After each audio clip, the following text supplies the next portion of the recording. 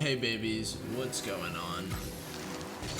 It's your boy Bonesy back at you with another tutorial. Today I just want to cover defensive positioning. I just wanted to get a basic defensive rotations and positioning videos out so I can go into some of the more advanced rotations and positions. So yeah, essentially the plan is just to kind of vaguely go over the positions in free play, give you guys a brief understanding, and then give you some of the rules and basic guidelines to follow, and then I'm just gonna go over some replays and show you how it's done. So if this is my net, the first position we're gonna go over is front post, and it's called front post or near post because it's the post that's going to be ball side. So if the other team's in this corner with the ball, this is going to be near post, and it'd be the same thing if the ball's on this side, then this is now near post. And essentially near post is first man up on defense. Their job is to come challenge the ball, 50 it, get a clear, transition on offense, essentially, you know, etc, etc. Now let's say they go and let's say you're second man and you see your teammates already front post, then you need to go back post, which is right here. It's going to be the opposite of near post. So if ball's in that corner, you're opposite of ball side post essentially, and this is going to allow you to cover the net, cover the backboard, cover anything that goes over front post head essentially. But the main job is once front post goes and attacks that ball, it's now your job to rotate up to front post to come out and challenge the ball. And then once you challenge the ball, you're now in this third man where you have to rotate far position, grab some boost, and now you're back to far post. So that's essentially how this rotation works. It goes front post to third man, to second man or far post, etc, etc. That's why they call it a rotation. And there are more advanced things you can do, like position upfield for an outlet or a pass. But just to get started, I want to introduce those ideas very briefly. Alright guys, just want to go over some basic rules. The first rule is going to be do not leave the net open. If you're alone in net, don't dive out into the corner for a challenge. Don't dive out into the midfield for a challenge. You gotta protect the net. You gotta buy time for your team, okay? Rule number 2, hug the post. You're here, you don't want to be positioned here, and then you can't cover that. The ball squeaks in there. Same thing with back post. You want to approach it from here, especially when you're mirroring a defense of some sort. You want to be able to cover that whole net and not have these awkward angles where you're coming into the net here and you're trying to play it into the corner here and you're landing in the net. Just a basic rule. Rule number 3, the corners are your friends. You got an awkward touch, you're on backboard, you don't know where to hit it, play it into the corner. You know, you got an awkward save, try and hit it into the corner. Corners are generally speaking your friends because most of the 50s you take with the other team are going to be in your favor in these corners.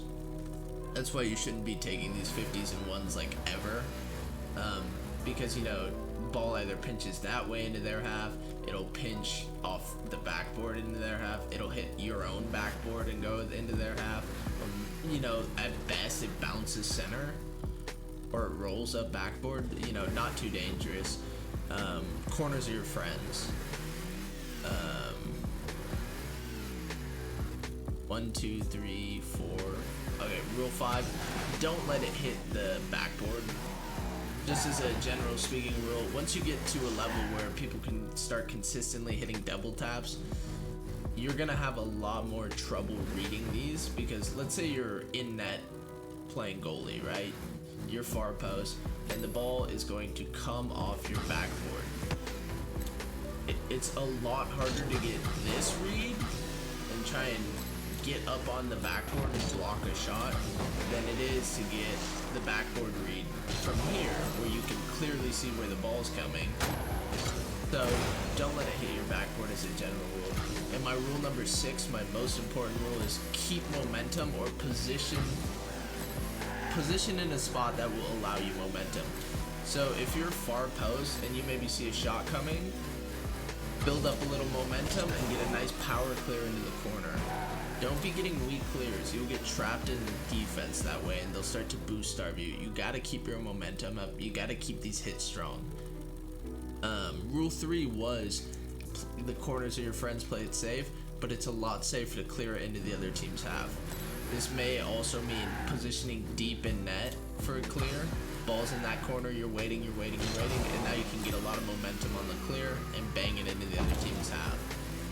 So those are some general rules for defense. I'll show you more of what I mean in the replays.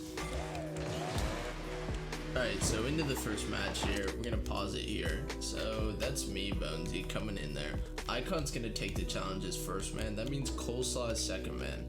Now, the Sheriff's in a really awkward spot. He needs to get all the way back around to far post to help support Coleslaw. Let's see what happens here. Okay, so the Sheriff cuts. That's fine. He's already out there. He's grabbing this boost. But Coleslaw's in a very awkward position that I don't like. He needs to be right up against his post. Again, remember the rule is staying up against post, because not only is it going to give you the angle for shot comes, it's also going to give you this angle on the wall to clear it up the field. We'll see how that gets him in trouble right here. Now look where he's at. Icon can't leave because he's the only one in net and he has to keep it covered. The Sheriff's up there after his 50 with no boost. Now Coleslaw can't hit it up the field. His only touch is into the corner or up into the wall. I come in, get a nice center pass. Icon has to leave net. Well, he doesn't have to leave net, but that's the awkward position Coleslaw's left him in, because if this is a shot, he's not going to be able to save it. So his only hope is to beat Tank to this ball. And he doesn't, leaving the net wide open for the Sheriff. So that all happened because Coleslaw didn't follow that crucial rule of staying on that front post. So let's take a look at this play where they actually do it right. So ball gets centered right at the goal. Coleslaw is last man.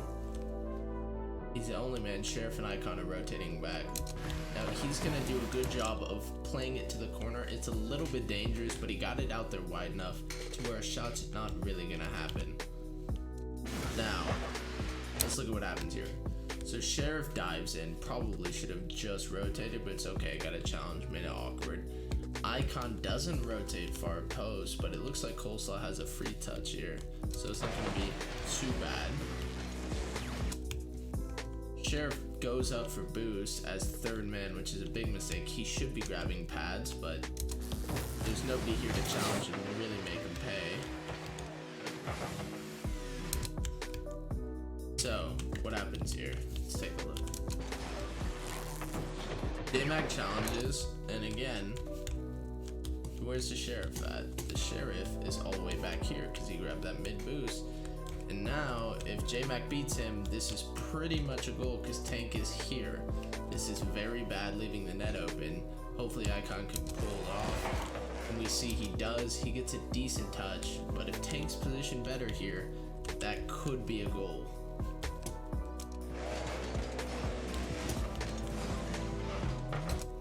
But they do all right, and they get the ball clear. As always, boys, thank you for watching. My socials are in the description if you want to reach out and contact me, or just comment, leave a comment in the comment section. Make sure to like and subscribe. Peace.